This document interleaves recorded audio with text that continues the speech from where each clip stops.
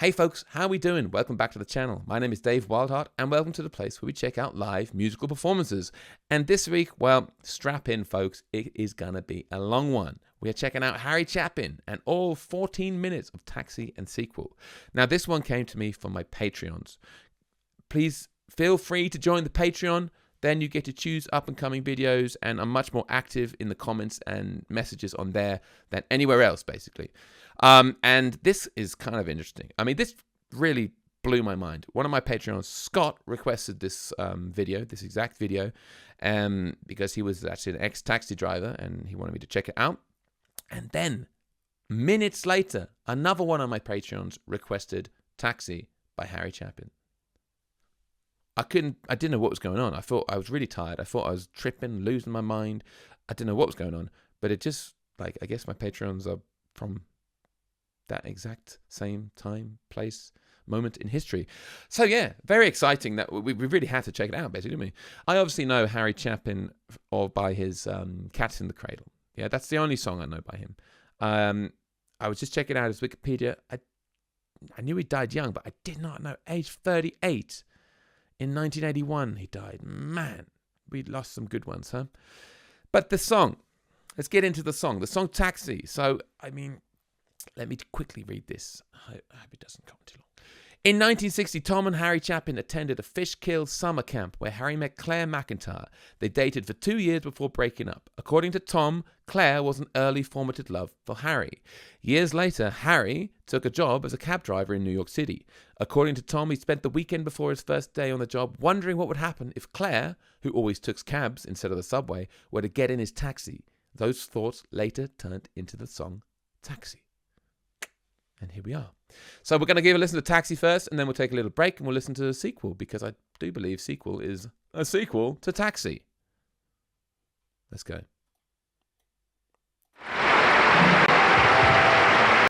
I'm not sure on the quality. I have been warned that maybe the audio and video are not the best quality. Let's hope the performance is.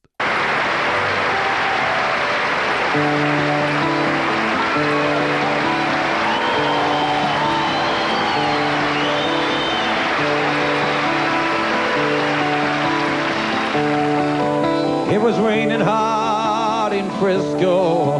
I needed one more fare to make my night. A lady up ahead waved a flag me down. She got in at the lights. Oh, where you going to, my lady blue? It's a shame you ruined your gown in the rain.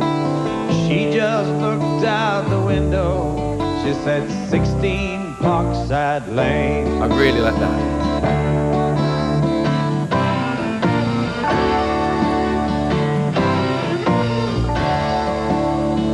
Something about her was familiar. I could swear I've seen her face before.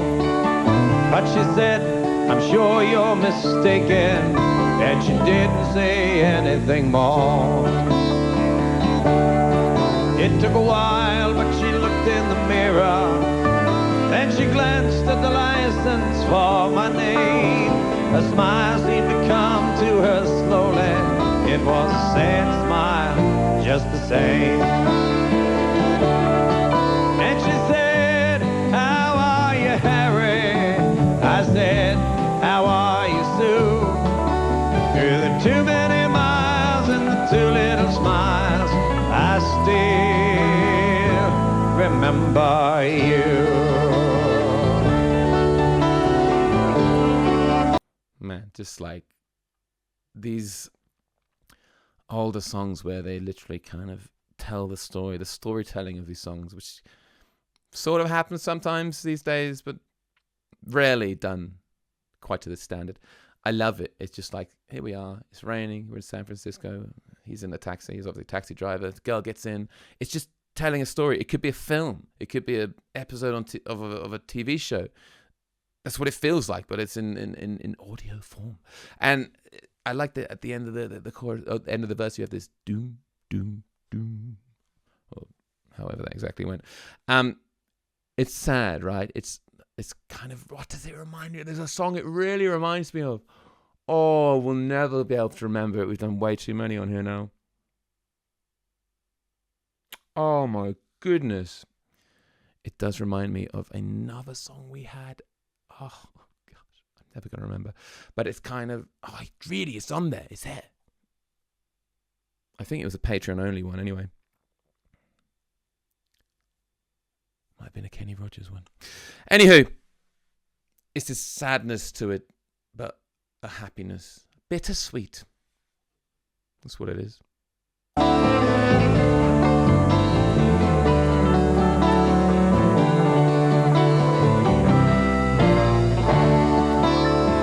There's a bit of cello in there. It was somewhere in a fairy tale. I used to take her home in my car. We learned about love in the back of a Dodge. The lesson hadn't gone too far. You see, she was gonna be an actress. I was gonna learn to fly. She took off to find the footlights. I took off to find the sky.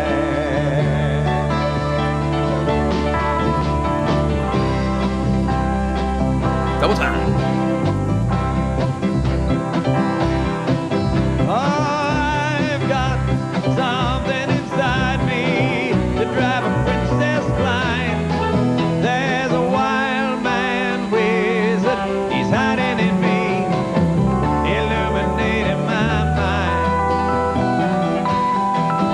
Oh, I've got something inside me, but it's not what my life's about.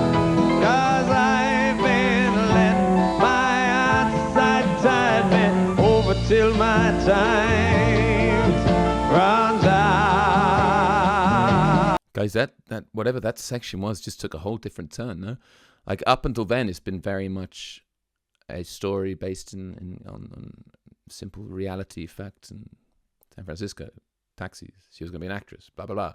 And then suddenly, I've got something inside me to drive a princess blind. There's a wild man wizard. He's hiding in me, illuminating my mind. And it reminds me of the style like Bob Dylan. He often would start a song very much talking about things that are real, that are here, that you could see, and telling a story that way. And then he would go off into a mystery kind of place where the wizards are. I guess that was a thing at the time. And I like the way it kind of breaks it up into like a different part of the song. Very cool. The double time, right? And we have this cello. The cello's in there. There's definitely some other stringed things going on behind, whether they're on tape or they're actually there. I cannot quite tell from the video, but it's helping create this kind of eerie sound to it, which goes along with this sad, melancholic, bittersweet kind of vibe. Let's keep going. The song's going all over the place.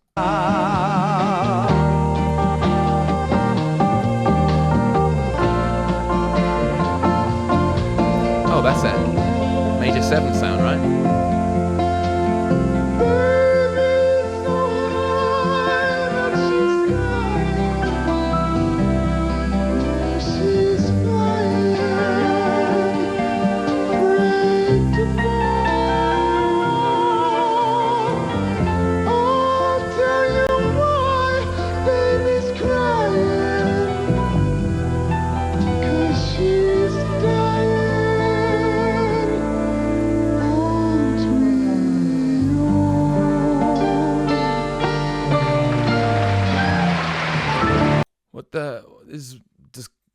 It's just quite a proggy.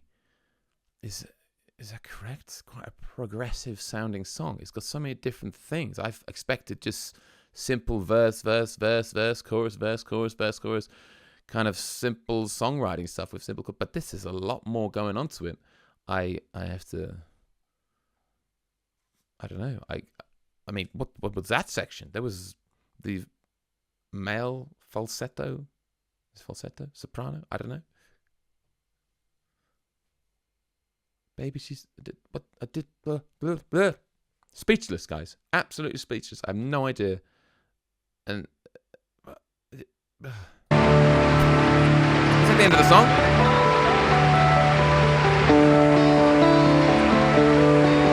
There was not not much more for us to talk about. Okay, we're back to the verse. Whatever we After had that once section. was gone. Couple of minutes in the middle. So I turned my cab into the driveway, past the gates and the fine trim lawns. And she said, we must get together, but I knew it'd never be arranged. Then she handed me $20 for a $2.50 fare. She said, Harry, keep the change. It's brilliant. Come on. Well, another man might have been angry, and another man might have been hurt, but another man never would have let her go. So I stashed the bill in my shirt. And she walked away in silence. It's strange how you never know, but we'd both gotten what we'd asked for such a long, long time ago. You see, she was gonna be an actress, and I was gonna learn to fly. She took off to find the footlights, I took off all the sky. And here she's acting happy inside her handsome home, and me, I'm flying in my taxi, taking tips and getting stoned. I go flying so high when I'm stoned.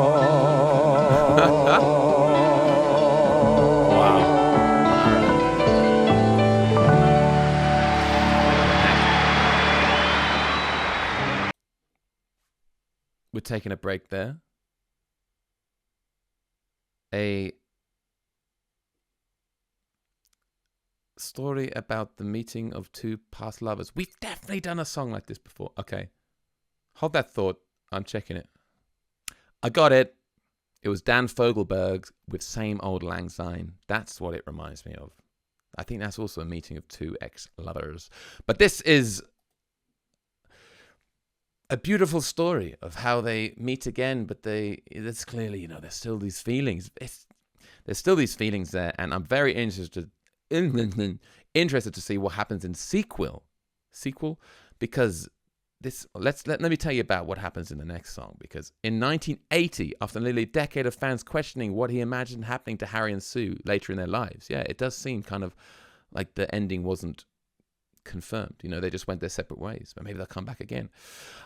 Chapin wrote and composed a song Sequel, which he released on the album of the same name. Written in the same style as Taxi, it continues the story of Harry and Sue. Dun, dun, dun. So let's keep going, huh? To get back to Taxi for 2 seconds. Very unexpected kind of breakdown in the middle. Yeah, things took a different double-timey feel. We got kind of proggy. We had that electric guitar sound. It got really quite rocky. Yeah, kind of organy, cello-y, stringsy. This chap in the background with the crazy soprano section that no one could have expected. And also later on with his ooh, he did some lovely oohs. We are on to Sequel.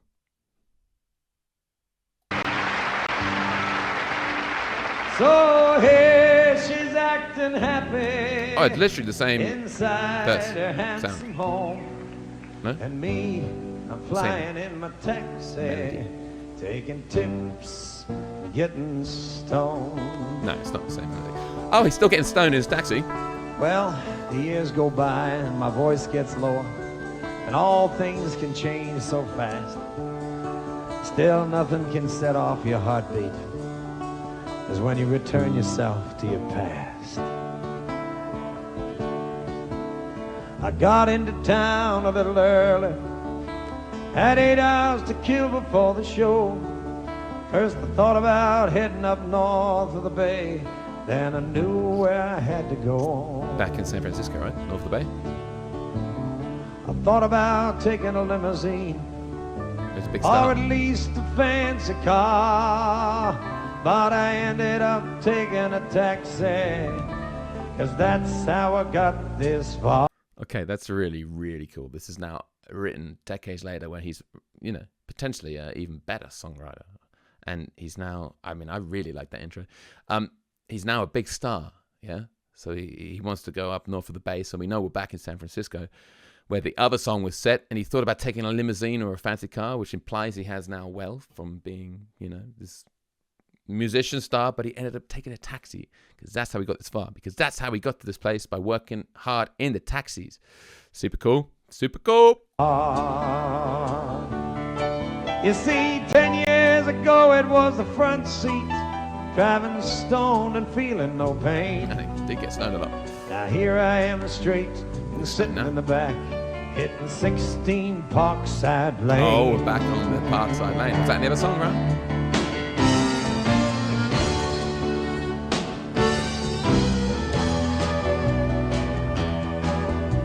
The driveway was the same as I remembered, and a butler came and answered the door. Butler now, has he just she? shook his head when I asked for her, and said she doesn't live here anymore. She doesn't have a butler. But he offered to give me the address they were forwarding her letters to. I just... The oohs are back. Man, this is such a great, like, homage to the original song, or to the previous song, but still very different. What's it called when they do that? An kind of underture style? I don't know. Letters to, I just took it and returned to the cabbie and said, I got one more fare for you. Back to the cab. And so we rolled on into the city, up to a 5-story old brownstone. I rang the bell, it had her name on the mailbox. The buzzer said somebody's home.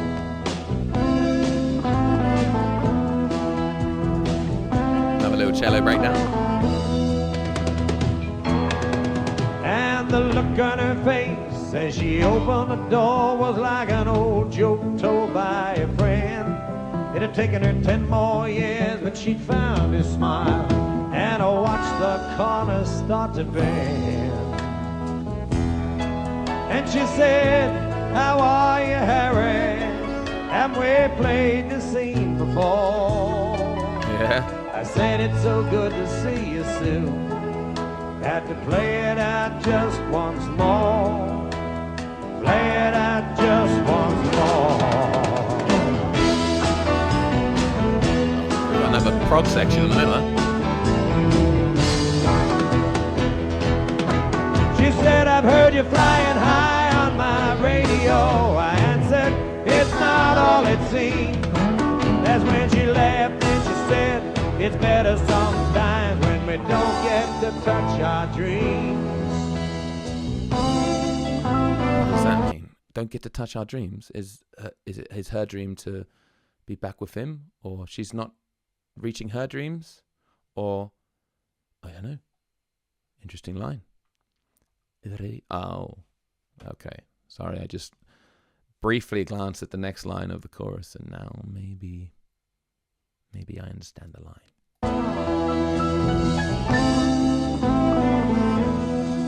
That's when I asked her where was that actress. She said that was somebody else. When I asked her why she looked so happy now, she said, I finally like myself. At last I like myself. So now we know why her dreams were, why it's better not to touch her dreams, because she didn't become an actress. She didn't live the dream she thought she wanted, and now at least she's happy with herself. Wow. We're going to get in.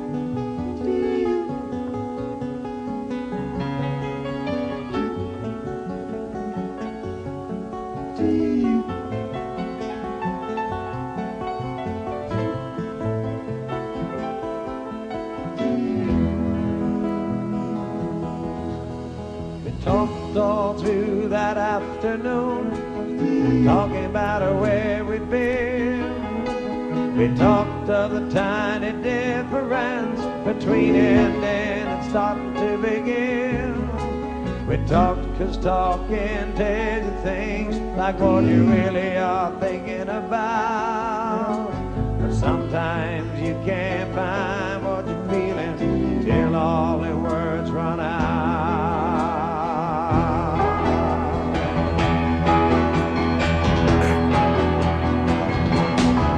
So I asked her to come to the concert.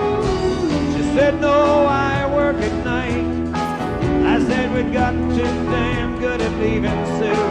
She said, Harry, you're right.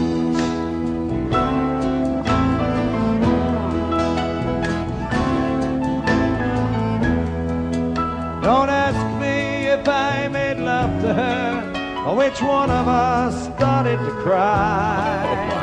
Don't ask me why she wouldn't take the money that I left. If I answered it all, I'd lie.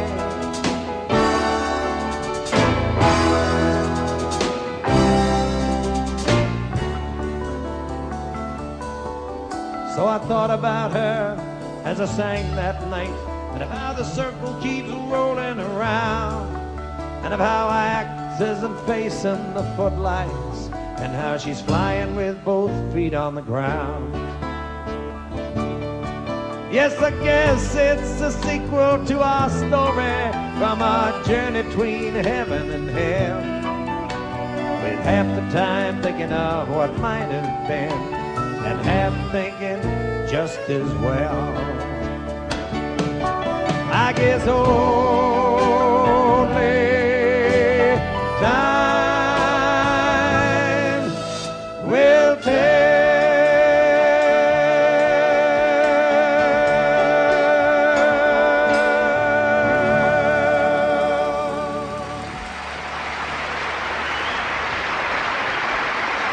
Thank you, Hamilton.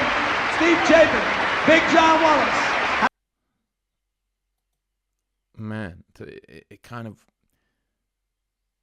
it left it open for another one, sequel part 2, which I assume was not written due to his untimely death at the age of 38. What a story. I know it was based on a relationship originally. I wonder if it was still completely based on his feelings, or if he had to kind of make a story, make a plot, make more of a script to it or not, or if he was genuinely still basically in love with this girl. We'll never know. What a couple of songs from Taxi, and then you can hear when you listen to Sequel, there's lots of similar bits. You know, you got the cello, you got the kind of ooze from the harmonies, and you got a similar kind of melody, and then it goes to a similar kind of double time, but it's different. It's not the same. And it kind of just takes them on a second meeting where 10 years later, he's a superstar. She's, by the looks of it, not an actress, not a superstar, working nights, implying that maybe she's in a very different place from where he is. But then when he's actually playing on stage, he's thinking, well, she's happy doing that. And he doesn't appear to be completely overjoyed in his position. And yeah, how I act as I'm facing the footlights and how she's flying with both feet on the ground. Wow, but this guy had a knack for storytelling and writing lyrics, didn't he? One of the greats, by the sounds of it. And I guess we got to listen to some more Harry Chapin.